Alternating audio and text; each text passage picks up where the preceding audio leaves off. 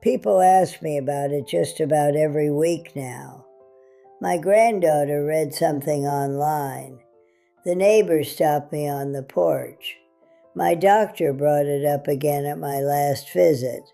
And every time, I'm standing right here in this kitchen, holding the pot I've had for 30 years, and I think, what do I tell them?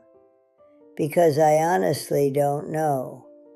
I'm 103 years old, and I don't know why. But there's one thing I do know, what I eat, every single day. For more than 40 years now, the same 4 things. Not because a doctor told me to, not because I read it in a book. It just worked out that way, and I left it alone. Because when your body tells you something agrees with it, why would you argue? My name is Dorothy. I was born in 1922 on a farm outside of Harlan County, Kentucky. Not much is left of that part of the world the way I knew it. Not the people, not half the old houses, not the way the fields used to smell in August. But I'm still here, sitting on the same porch where my mother used to sit, where her mother sat before her. The porch boards have been replaced 3 times. Wood rots, people don't. That's a joke, of course. People do, just later. I've lived a long life, so long that sometimes it feels like it belongs to more than one person. The little girl who carried water from the well before school. The young woman who stood at a telegram office in 1944 and held her breath. The wife, the mother, the grandmother, the great-grandmother, and now this old woman talking to you. That's all me, one and the same, though I hardly recognize myself in the early pictures anymore. Food was never something we took for granted. Growing up through the Depression meant you were grateful for what was on the table, and you didn't complain about what wasn't. My daddy farmed tobacco and kept a garden, and Mama made do with whatever came out of it. You learned early that food was work, someone's work, the earth's work, and you treated it accordingly. The first of the 4 things I eat every single day is buckwheat. Plain buckwheat porridge, cooked in water. No butter, no sugar, no fuss. Just the grain and the water, and a little salt if I'm in the mood. My doctor, a good young woman, Dr. Sarah, I've had her for about 8 years now. She always raises an eyebrow when I bring it up. Says it's fine, but asks why I don't mix it up a little. And I tell her, because mixing it up is the whole point of what I don't do. My mother cooked buckwheat on the wood stove. She'd put it on low before church on Sunday mornings, and by the time we got back, it had this thick, nutty smell that filled the whole house. We ate it with a little fresh cream when there was cream. Without cream, just plain. I still cook it the same way, near enough. Gas stove now, not wood, but the same grain, the same water, the same patience, nothing extra. I don't know if buckwheat is the reason I'm still here. I genuinely couldn't say. But I know that every morning when I eat it, something in me settles. My stomach doesn't complain. My head stays clear. My hands don't shake any worse than they always do. And at my age, that counts for a lot. I've lived in this part of eastern Kentucky my whole life, except for a few years in my 30s, when Earl and I moved up to Cincinnati for work. I nearly withered up there. Not because it was bad.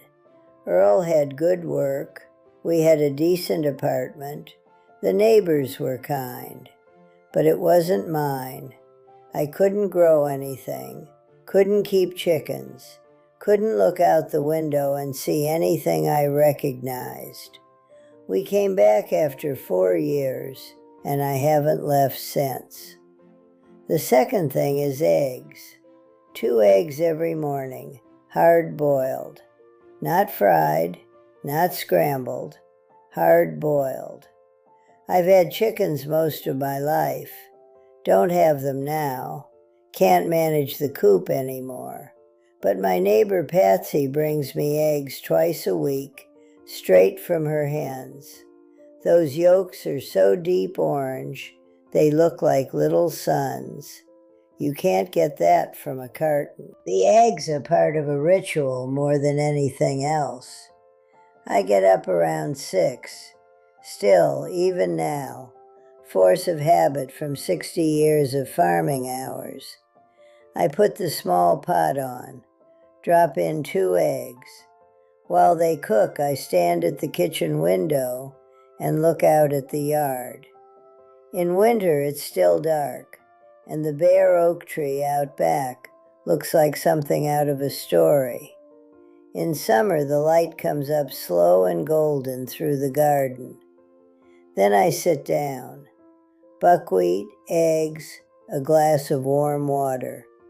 That's breakfast. Has been for 40 years. Dr. Sarah told me once that eating eggs every day wasn't exactly recommended for someone my age. I looked at her for a moment. She's maybe 38, 40. Good doctor, careful doctor. I looked at her and said, Sarah, I'm 103. I think the window for recommendations has about closed. She laughed. She's got a good laugh. What I've noticed over a century of watching people eat is that the rules change so often it makes your head spin. Don't eat fat. I ate fat. Don't eat eggs. I ate eggs. Don't eat salt. I ate a little salt. Now they say fat is fine again, just the right kind. I watched all of it come and go and kept right on eating what I knew. Maybe that's the thing. Maybe the secret is just not chasing after every new idea about what'll kill you or save you. The third thing is garlic. Every day, 1 or 2 cloves, raw mostly, chewed with a piece of bread or dropped into whatever I'm cooking. Garlic was in everything when I was growing up. Mama kept braids of it hanging in the kitchen, said it kept sickness away. Maybe she believed it the old-fashioned way, or maybe she just knew something practical that doctors now write papers about. I've been sick very little in my life, all things considered. A few bad colds, 1 bout of pneumonia when I was in my 60s, some heart trouble in my late 70s that scared my family more than it scared me. But seriously ill, hospital for weeks ill, no. Could be constitution, could be luck, could be the garlic, probably some of all 3. I don't claim to know, but here's what I do know.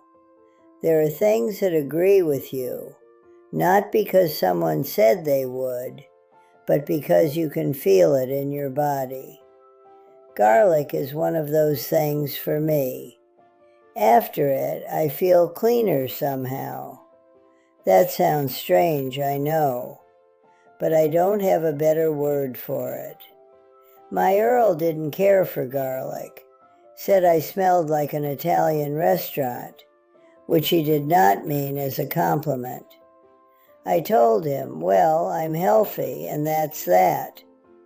Earl died at 61. Heart attack. Fast, at least. He didn't suffer. But too soon. Way too soon. I've thought about that many times over the years. After Earl passed, I didn't eat right for a long time. It wasn't just the grief, though there was plenty of that. It was the simple fact of cooking for one when you'd been cooking for a family for 35 years. The kids were grown and gone by then, 6 of them scattered across 3 states. I was alone in the house and alone in the kitchen. And somewhere around 60, 65, I started eating simpler, less, what was quick and what was easy. And that's how it happened. Not a decision exactly, more like something that settled on its own. The same things every day, because there wasn't anyone to cook differently for, and it stayed. The 4th thing is beans.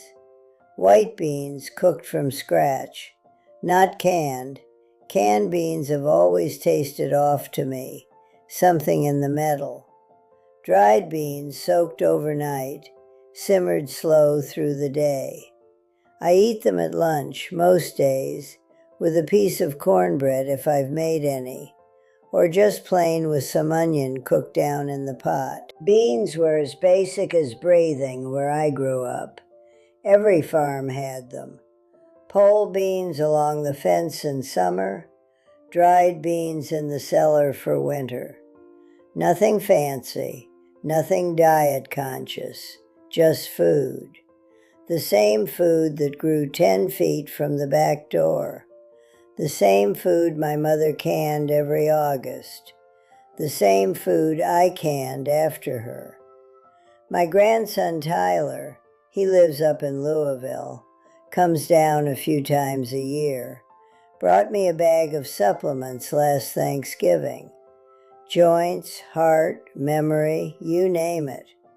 I looked at them, thanked him sincerely, set them on the shelf next to the radio. They're still there. It's not that I'm opposed to the idea. It's just that I see no reason to fix what isn't broken. Here is the strange thing about being this old. I remember the people I grew up with, my classmates, my neighbors, the women I stood beside at church for decades. Where are they? Gone. Most of them gone a long time ago. Heart disease, cancer, strokes, or just wearing out. One by one they left. I'm not a better person than any of them. I didn't live more correctly. I had my share of stubbornness and sharp words, and moments I'm not proud of. I was not always the mother I should have been, and I'll say that plainly. But here I am. The only thing I can point to, the one quality that separated my way of living from many of theirs, is plainness. In eating, in housekeeping, in thinking. I never reached for more than I needed, not because I was virtuous, just because reaching for more was never really in my nature. And there was never much more to reach for anyway, growing up the way we did. Here's how I think about food after 100 years of eating it. Food is a conversation between you and your body. Every day you say, "Here is what I'm giving you." And your body answers, either it suits me or it doesn't. When your body says it suits me, why would you change the subject? People today eat like they're in a constant argument with themselves. Today no carbs, tomorrow only carbs. Today a cleanse, tomorrow a cheeseburger. Today superfoods from somewhere halfway around the world. Tomorrow something completely different. The body can't keep up. It's perpetually startled. It never knows what's coming next. My body knows what's coming. It's known for 40 years. Mornings mean buckwheat and eggs. Midday means beans. garlic somewhere before noon. Evenings, a little bread, maybe some buttermilk, maybe an apple from out back if the tree's been good. My body doesn't brace itself, it just settles right in. And maybe that's part of it. Though I'll say again, I don't know. I'm not going to pretend I've figured something out that nobody else has. One more thing I want to say. People ask, Dorothy, doesn't it get boring eating the same thing every day? No, it does not, and I'll tell you why. When you're 20, food is pleasure, it's social, it's occasion. You go to a covered dish supper and sit there 3 hours, and the food is almost beside the point. When you're 40, food is mostly responsibility. Feed the family, feed the farmhands, feed whoever shows up at the door. When you're 60, it starts becoming medicine. Doctor says, watch this, cut back on that. But when you're past 100, food is simply fuel. You eat to live, you don't live to eat. And that simplicity isn't sad, it's clean. There's one thing I've never told my doctor, because she'd just shake her head at me. I talk to my food. Not out loud, I haven't lost all my sense yet. But in my mind, I thank it. I thank the buckwheat for being plain and steady. I thank the eggs for that yolk so bright it looks cheerful even in January. I thank the garlic for keeping watch. I thank the beans for filling me up without wearing me out. Silly? Maybe, but I was raised to respect bread. You put it on the table gently. You didn't throw it, didn't waste it. Bread was serious. That respect for food, it stayed in me all this time. Maybe it means something, maybe it doesn't. I just know it's there. I can't tell you what to do. I can't tell you to eat buckwheat and you'll see 103. That would be dishonest. I've known people who ate every which way and lived long, and people who were careful as could be and left early. The body is not a machine you can set once and forget. But what I can tell you is this. When you know your food, when you're not afraid of it, not counting it, not following somebody else's program, there's a peace in that. And that peace reaches further than you'd think, into your sleep, into your mood, into how you greet the morning. I'm 103 years old. I get up at 6. I cook my buckwheat. I boil my eggs. I chew my garlic. Lunchtime, I simmer my beans. Evenings are quiet. Yesterday, my great-granddaughter came to visit. She's 4, maybe going on 40 the way she talks. She climbed up on the chair next to me at the table, looked at my bowl and said, Nana Dorothy, how come you always eat the boring stuff? I looked at that child and I thought, Lord willing, may she live long enough that someone asks her at 103 why she eats the boring stuff. Maybe it is boring to young eyes. Maybe it's plain to the point of strange, but it's mine. It knows me and I know it. We made our peace a long time ago, and as long as that peace holds, I'll be here, on this porch, at this window, with this bowl in my hands. Beyond that, I couldn't say, and honestly, I don't need to.